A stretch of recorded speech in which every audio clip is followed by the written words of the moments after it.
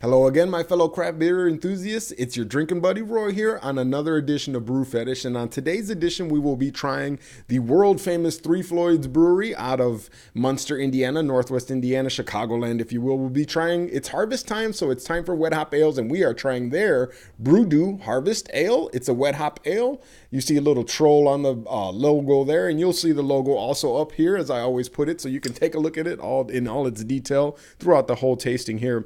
And if you're not familiar with wet hop ales, they basically pull the hops off the vine within 24 hours, get them into the kettle. Usually it results in a more slippery, more oily mouthfeel. The oils from the fresh hops get to transfer into the beer in a different way. And I'm very excited to try this beer. I have been trying some other harvest ales, and you can expect to see reviews on those, some tastings, and my comments just sharing the tasting experience. So let's crack this puppy open before we get into the pour of it, the close-up pour like I always do. Woo! Right away, I smell like the grapefruit coming through. A little bit of apricot. A very good smell. Again, smelling it through just a small opening doesn't do it any justice, so let's get right into the pouring. And one of my favorite parts is the pouring of this beer, so let's get right into this fabulous beer and see what we got. Oh yeah, it looks like it's a golden yellow color with an off-white, you could call it eggshell white head if you'd like.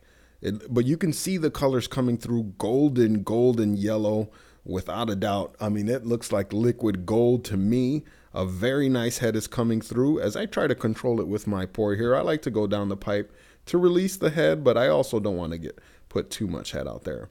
But look at that. It looks very effervescent. The head is very hard to control as I pour this beer. Beautiful, beautiful golden color. It's hazy, as you can see here. You can't clear, it's not clear as a bell where you could see everything straight through it as I pass my hand behind it. Notice how the color changes from orange, which you would think is orange, to its true color, which is a golden yellow. That's why I have this set up so you guys can see and appreciate the pure color of this beer. Let's get into my favorite part, which is the tasting. I always get a little bit ahead of myself. I'm ready to taste this beer, but not before we smell it first and get a sense of what the aroma is like.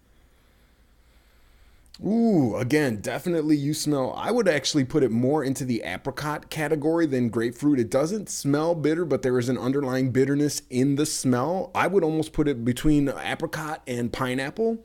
Actually, you can smell a grassiness that's coming from the fresh hops as well as I continue to take more whiffs of this.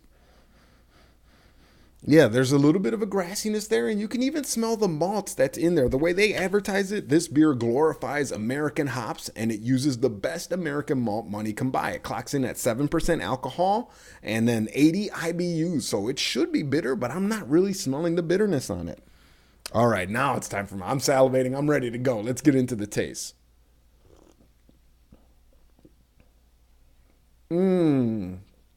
Ooh, it's got that classic signature Three Floyds style, that little hop profile that they always carry through in all of their beers.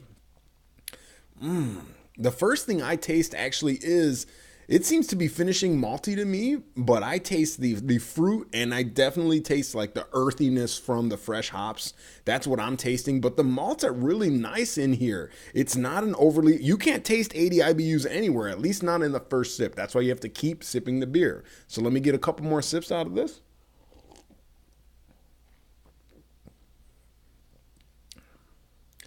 The mouthfeel on it is pretty light too. It's surprisingly very drinkable. This is dangerously drinkable. It still comes in at 7%, and you're still got to get a bomber of it. They don't have these in 4-packs or 6-packs or anything like that. What I'm getting more out of this than anything is apricot and ruby grapefruit, if you will. Red grapefruit and apricot. That's what I get more than anything.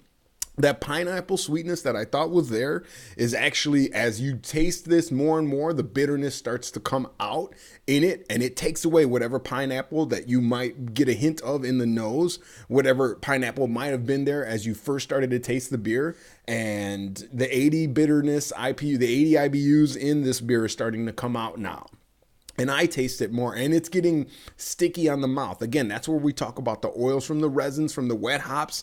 It's starting to leave a stickiness on the lips. And this beer is warming me up too. Very, very good beer.